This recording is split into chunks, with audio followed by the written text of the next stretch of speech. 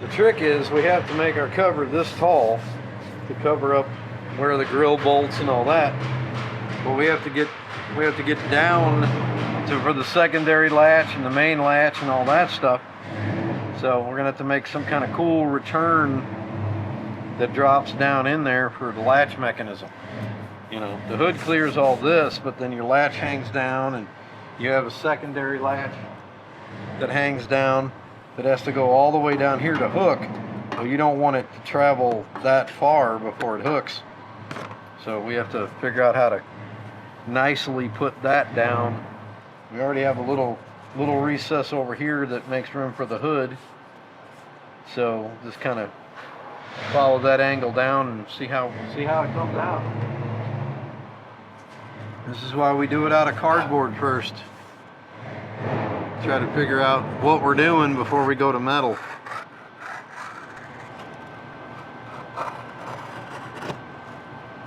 You can get me on video cutting my finger wide open or something. That'll be cool, huh? That'd be good for TV. Yeah. Medic! We need a medic! An action cam going to the hospital. Yeah. They're like, why is your videographer riding in the hospital with you? Oh, we gotta get this. I think before we leave, let me put these GoPros on the outside of the thing. Yeah, hold on, man. I know he's bleeding to death, but I know he's losing a lot of blood, but we gotta get this coverage. Gotta get this shot. Yeah, no, that'll be fine. And don't give me ideas. Yeah, I know.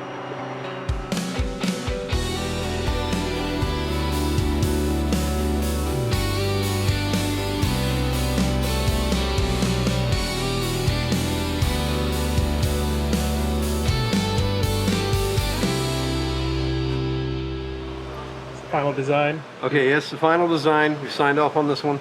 We're going to use these as patterns. We're getting ready to go to steel. We got to make a few changes here and there, but this part of it's done. This is what it's going to look like, just in steel now instead of cardboard. But and what gauge are you going to use? I always get asked that. on this, 18 gauge. 18 gauge steel for this. Probably do the flange out of 16 and the firewall 16, but 18 on all this just because it's easier to point. Well, easier than 16, let's put it that way. But now we're taking all the patterns out and we're gonna start making this out of steel.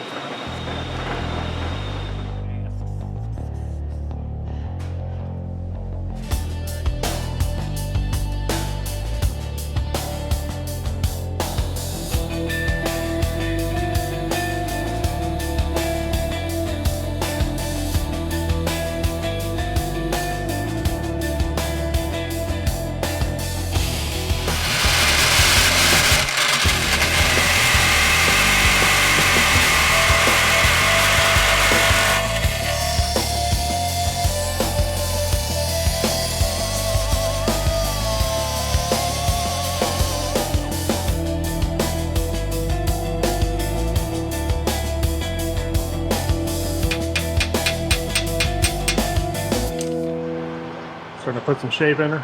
Yeah, a little bit. We're getting there. Just a bunch of pieces making all these weird radiuses come around and everything. But yeah, no, we're getting it now. You got to kind of do one to figure out what's happening somewhere else, kind of deal. But no, it's looking pretty cool. Looking pretty cool.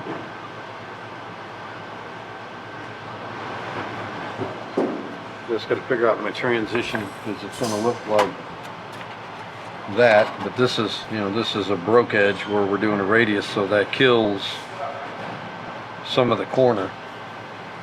So you got to figure out where exactly you're going to be there. That goes even with the back.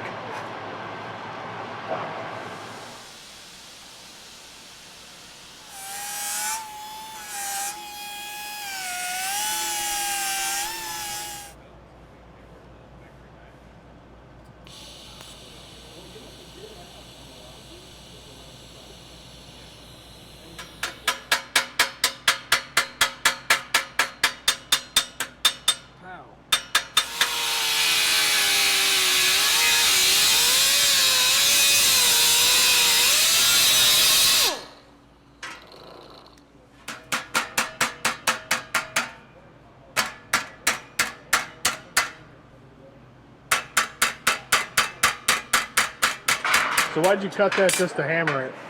It was it was overlapping. Basically, because the radius changes so much, and I hand formed this radius and hand formed this radius, and they didn't completely line up. Well, then I just overlapped it, and then once I overlapped it, it gave me a straight line to cut loose, and then I could pull the two pieces tight. Oh, okay, I see what you mean. I basically cut it, a strip off the back side, because it went underneath. Well, then once I cut this, it allows that piece to move up and continue this radius. It's just the way you fit it. It's a lot easier to tack it on the ends and cut it and hammer form it than it is to try to mate them up perfectly before you ever tack it on there. For me, anyway. But yeah. Tech tip. Tech tip. I mean, there's probably 100 ways to do it, but that's how I do it.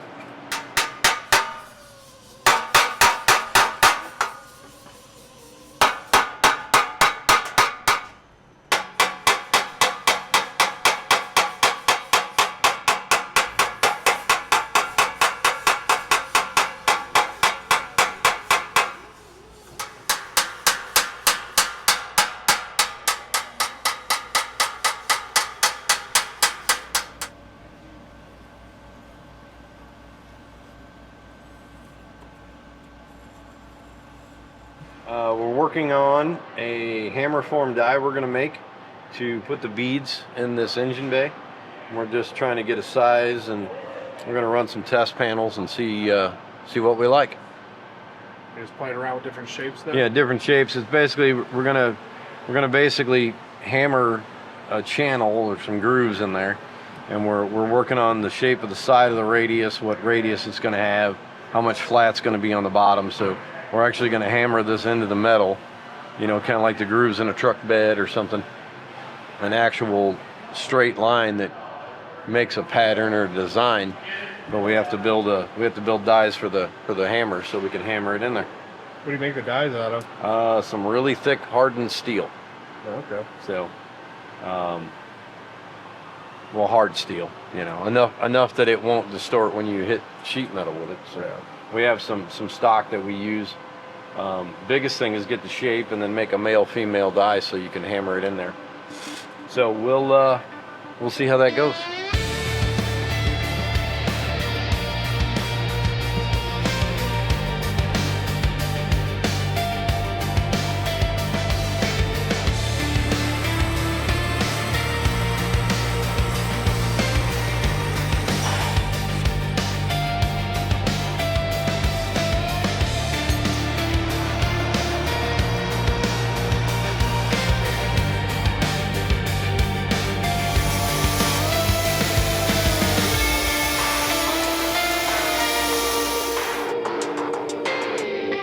Can you tell me what the plan of attack is here? Basically, we're going to hammer form with the hammer form die we made down in there, and we got to you lose some material when you hammer form. You lose basically 1/8 of an inch per side. So I'm laying it out where I end up with an even space and an even odd number of 5, but even amount of space in between each one. So I have to lay it out, and then I'm going around a radius, so I have to roll both pieces at the same time through their entirety, and then put the middle together. But yeah, the big thing is once you do this, you lose some, so this piece will get shorter, and then you'll roll another one, and it'll get shorter, and you'll roll another one, and it'll get shorter. So I'm trying to lay out how much I'm going to lose as a hammer form. So that's basically what I'm doing. So yeah. So by the time I get done, this piece will have gotten 3/4 of an inch shorter on each side. Wow. So I have to Make it that much longer. make sure I have enough on each end that once it does its accordion and scrunches up, I can still make this piece out of it. So it's just a bunch of math and experimenting and stuff like that. So I may do one through the middle, let it shrink, and then lay the next one out, do it, because I want to end up, the same distance from the end. So there may be a little bit of back and forth, but that's expected. So.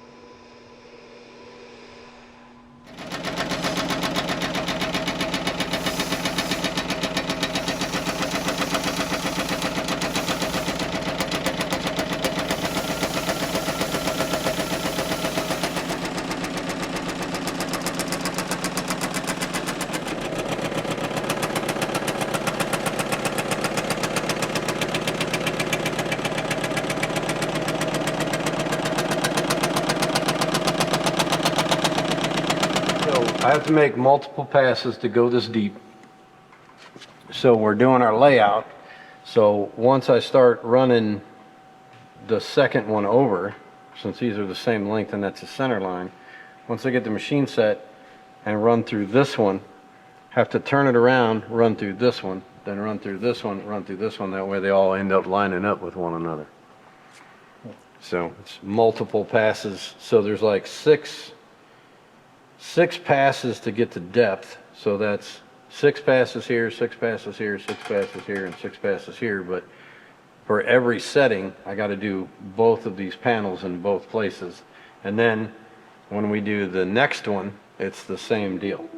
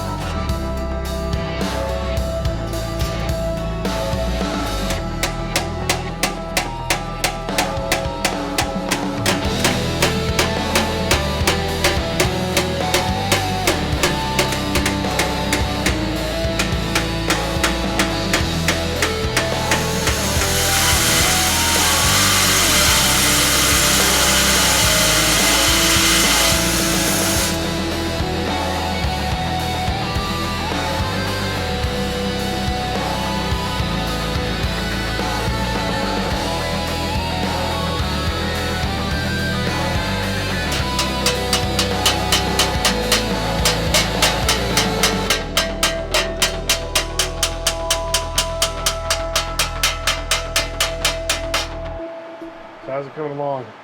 Getting there. It's definitely getting there. We got to go in and hammer all these, form all these into the right radius. But we got this going good, and then we'll have to continue that angle around the corner. Everything tries to shrink together when you roll it through the hammer. So no, it's coming good. It's coming good. It's looking good. So yeah, it'll look, you know, it's a lot of work, but when it gets done, you won't even know that it was 2 pieces. So that's where all the work comes in. All the trying to make it look like nothing happened, like it just magically appeared that way. But that's cool. And let's fill them holes in and dial all that up, and then we'll weld it in the, tack it in the car, and then we'll start building from there. This is gonna basically continue. This will have a reverse flange in that shape, and then it will continue into the fan shroud.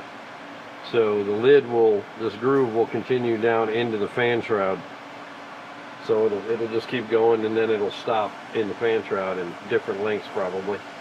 So yeah, no, it's just one piece at a time, stick them together and end up with something at the end.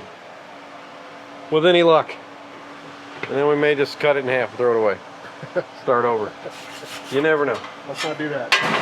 I try not to, but sometimes the part doesn't cooperate. Well, it's good. It's getting there. A lot of hammer and dolly work still, but yeah, no, it's definitely getting somewhere. Faux show.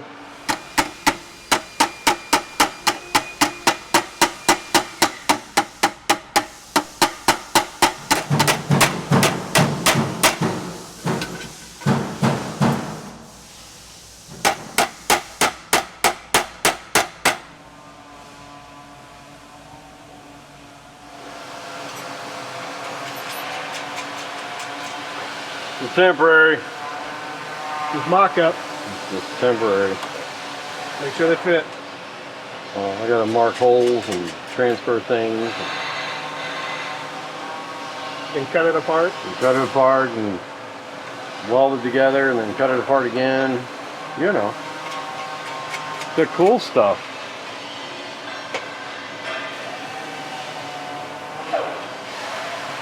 Okay, now we can put it back on those. We got our fucking eye peepers on everything here.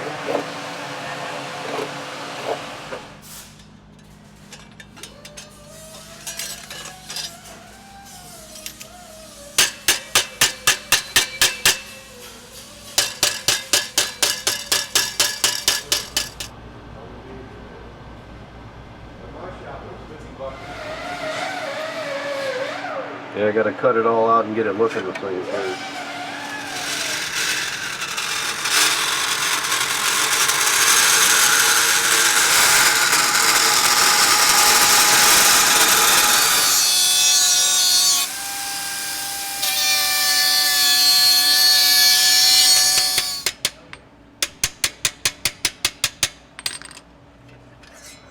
It's hard to do this once it's welded together.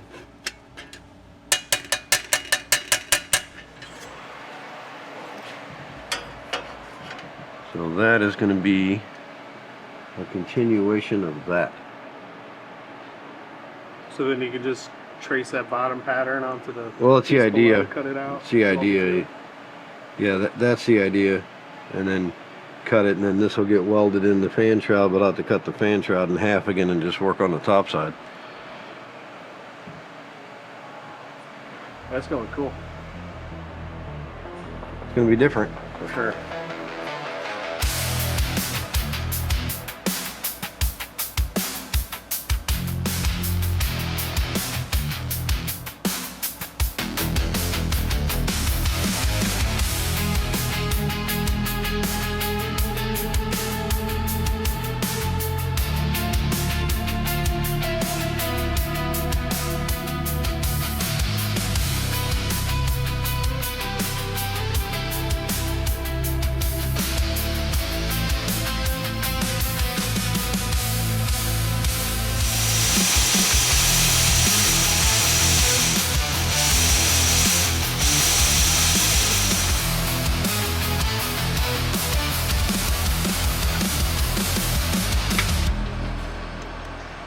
Fit?